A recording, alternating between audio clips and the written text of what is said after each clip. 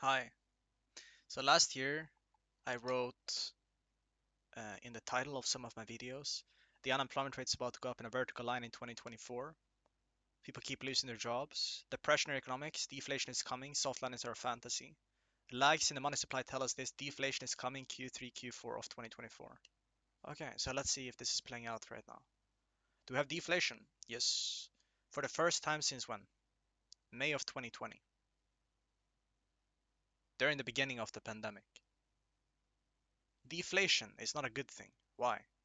Ben S. Bernanke, deflation, making sure it doesn't happen here. 21st of November 2002. Conclusion: sustained deflation can be highly destructive to a modern economy and should be strongly resisted.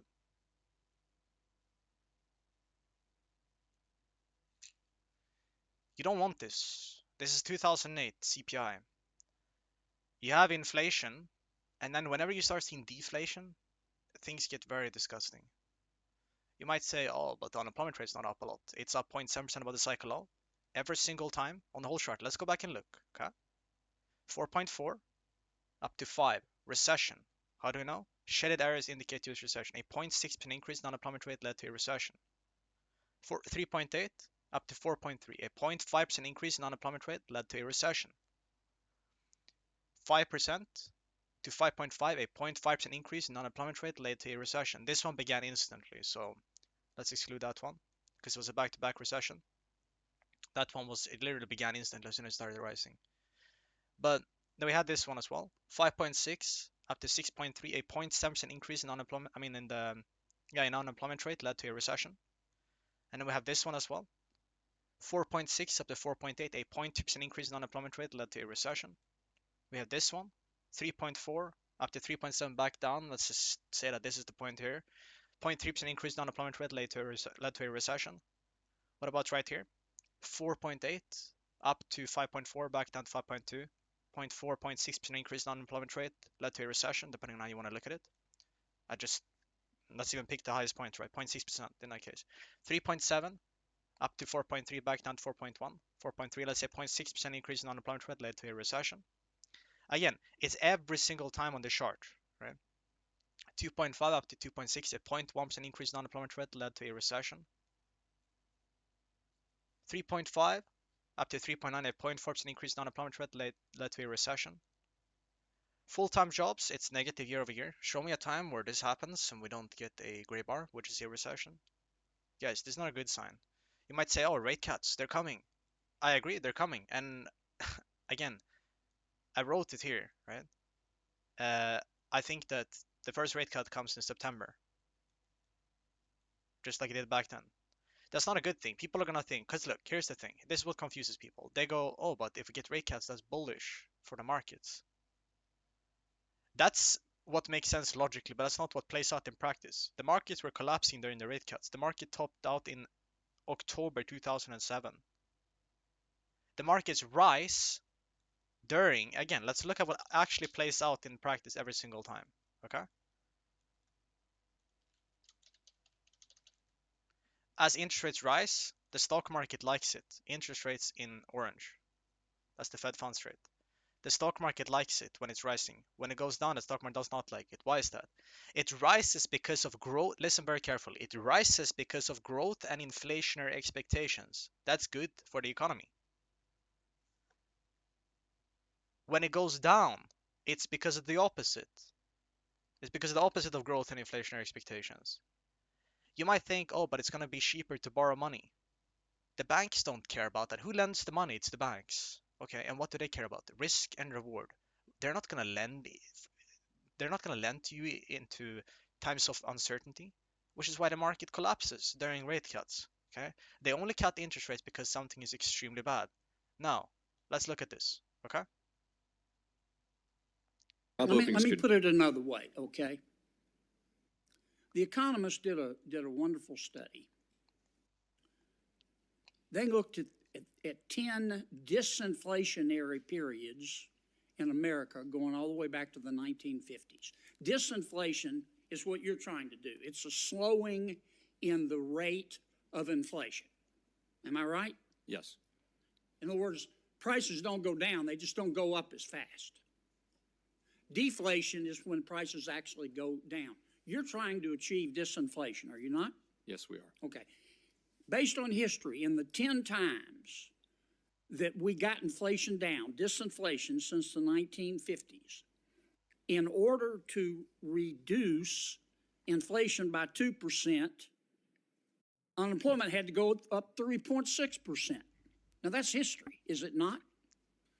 I don't have the numbers in front of me, but yes, the standard has been that there have been recessions and downturns when the Fed has tried to reduce inflation. Now, right now, the current inflation rate is 6.4%, and the current unemployment rate is 3.4%. Now, if history is right, I'm not asking you to again blame anybody, but if history is right, unless you get some help, in order to get inflation down from 6.4% to, let's say, 4.4%, and the unemployment rate is going to have to rise to 7% based on history. That's what the record would say. Okay, and to get Why is that? It's because of the Phillips curve. And the Phillips curve states that there's an inverse and stable relationship between the unemployment rate and the inflation rate. The 785 PhDs working at the Federal Reserve, they've all been taught that model, right? The Phillips curve. They all believe in it, and this is what it states. Inflation down to 2.2% based on history. If inflation comes at that point, right? This is like a year ago, when unemployment rate was 3.4%, now it's 4.1%. The inflation is coming down, but it's coming down for the wrong reasons. Okay. The unemployment rate is going to rise with a lag. For every 2% inflation comes down, the unemployment rate has to rise 3.6%. An immutable fact, unemployment would have to go to 10.6%. Would it not?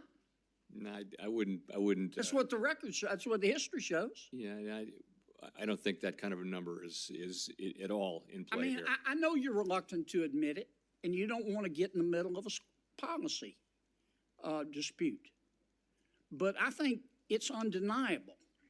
It's undeniable that the only way we're going to get this sticky inflation down is to attack it on the monetary side, which you're. Anyways, what I want to show you now is, I've gone over this before. I think this is the ticker. All right, here's the inflation rate. Let's look at what happens historically speaking. In orange, we have the money supply, the M2 money supply. You can see, going back, and again, in orange, we only have the money supply going back to 1959. Number one, what I want to do is, again, when I mouse over any of these valuations right here, yeah, it's gonna give you the number right here, right? It's gonna say 23.7%. So here you have 23.7% inflation. Anything above the horizontal line, right? Let's put this on a monthly. 23.7% inflation in June of 1920. 1 year later, we had 15.8% deflation. That is because of the currency supply changing course, okay? So look at what happened here recently. People are gonna go, okay, so anything below the green horizontal line is anything below it is deflation, anything above it is inflation. Let's put this in purple. The purple line is the 2% inflation target goal, which they literally, again, they pulled that out of their ass, that number. That doesn't make any sense to have a 2% inflation goal, but that's what they decided to go with, okay? It's not like they had some genius fucking idea and they came up with 2%. No, it's just completely random, okay? Anything above it is that's being above the target, right? Anything below it is being below the target. You can see as the money supply was expanding right here in March of 2020, it was accelerating all the way up until here, right? Even, and the inflation rate was still sub 2%. So the money supply went from, you can see the number here, 15.4 trillion up to 19.5 trillion. So that's like a 20% increase in the money supply, right? Actually, it's a bit more.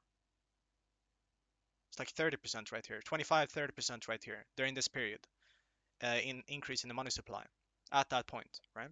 And you can see the inflation rate was still below 2%. But then the lag effects kick in, and you can see what happens right here. Inflation peaks right here. As the money supply starts to roll over, we get disinflation, which eventually leads to deflation, okay? Which again, we are seeing now month over month in the CPI. Be careful with what you wish for. So like I described here,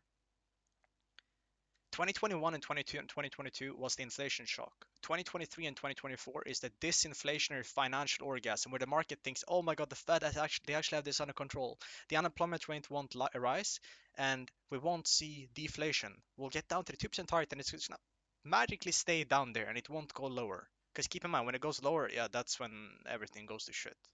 Yeah. When you start seeing a lot of deflation, it's terrible. Okay. So again, like I wrote here, depression or economics, deflation is coming. Soft landings are a fantasy. So let's look at what soft landing, hard landing, Investopedia. Let's look at what it actually means. Soft landing is a cyclical slowdown in economic growth that ends without the period of outright recession, as in no rise in unemployment rate, and we don't start seeing deflation. Hard landing is what? A hard landing refers to a marked economic slowdown or downturn following a period of rapid growth. The term hard landing comes from, well, not an actual crash, it's a source of stress as well as potential damage and injury. To achieve a soft landing, government officials and central banks will gradually reduce expansionary fiscal and monetary policy in an attempt to curb price inflation without sacrificing jobs or unnecessarily inflicting economic pain on people and corporations carrying debt, as in no deflation. Well, we have both job losses and deflation. This is a hard landing, bro, and it's extremely fucking bad, okay? Again, how long did it take here for inflation to start to accelerate past 2% once they started expanding the money supply? March of 2020 until it went above it in March of 2021. Okay, 12 months. And then it kept rising for another 15 months. Then we saw disinflation, okay, and it bottomed right there temporarily. Now we've been hovering around here, and the thing that's going to take us up is either an expansion of the money supply, a rapid expansion of the money supply, or the lag effects in regards to the currency supply contraction. Okay. So again, let me bring up the picture again, and we're going to bring up this as well. Quantity theory of money. All right. Show me a time where the currency supply contracts and we don't get a recession. Again, we're in a recession, it's obvious. The unemployment rate is rising, we're seeing deflation. That's not a strong economy. That's the opposite of a strong economy. That's literally the definition of a weak economy. Deflation and job losses. Okay. And again, like Milton Friedman said, there is much evidence that monetary changes have their effects only after considerable lag and over a long period, and that lag is rather variable. They did they found that over 18 cycles, the peaks in the rate of the change in the stock of money tend to precede the peaks in general business by about 16 months, and troughs in the rate of change in the stock of money to precede troughs in the general business by about 12 months. For individual cycles, the recorded lead has varied between 6 and 29 months at peaks and between 4 and 22 months at troughs. Okay. Monetary policy and fiscal policy is rather like a water tap that you turn on now and that then only starts to run 6, 9, 12, 16 months from now. It is because this long lag in reaction to policy that you tend to have that you have this tendency for policy to in fact have an effect opposite to that intended. Or thus again, you have a situation such that when the Federal Reserve System takes action today, the effect of that action may on some occasions be felt 5 months from now, on other occasions 10 months from now, and on other occasions 2 years from now. That is the major reason why it is so difficult as a technical matter in the personal state of our knowledge to know what measures one ought to take at any given time, right? So why is the stock market going up? Well, the stock market is going up because everyone is crowded in a few stocks, right? I don't know. Is that a good sign right there? No, that's extremely fucking bad. And everyone, you can see it right here. The last time we had this, 2007, 2024, 2023, 2020 before COVID, 1999, 2021, all before major peaks. Okay. All right. You can also, if you want to read this yourself, I've read through this, but basically, so Steve Hanke, he's a professor um, in applied economics at the Johns Hopkins University. And in this, he talks about the quantitative theory of money and what happens when you expand or contract the money supply. You can read through this if you want, but again, it's just the TLDR is essentially if you expand the money supply, you're going to get the inflation, but with a lag. Not in all cases, because like Japan was expanding their money supply and China as well, yet they still have deflation or neutral inflation. like around 0%. But again, you don't want to see deflation.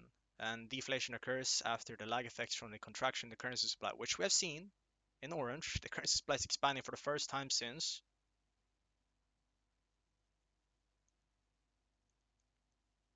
1948-49 recession, 37-38 recession, and the Great Depression, and then depression.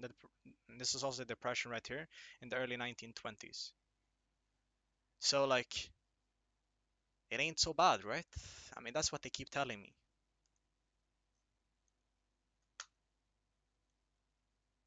Just like it took a while here for inflation to accelerate, it's gonna take a while for deflation. Well, now it's happening. Job losses and deflation. The two things you do not want to see. This is the opposite of a soft landing. This is quite literally. Now we're looking at lag effects, okay, kicking in on the lagging things, right, in the data. The unemployment rate is rising, and it doesn't stop once it starts rising, and we're getting deflation. That's all. Peace.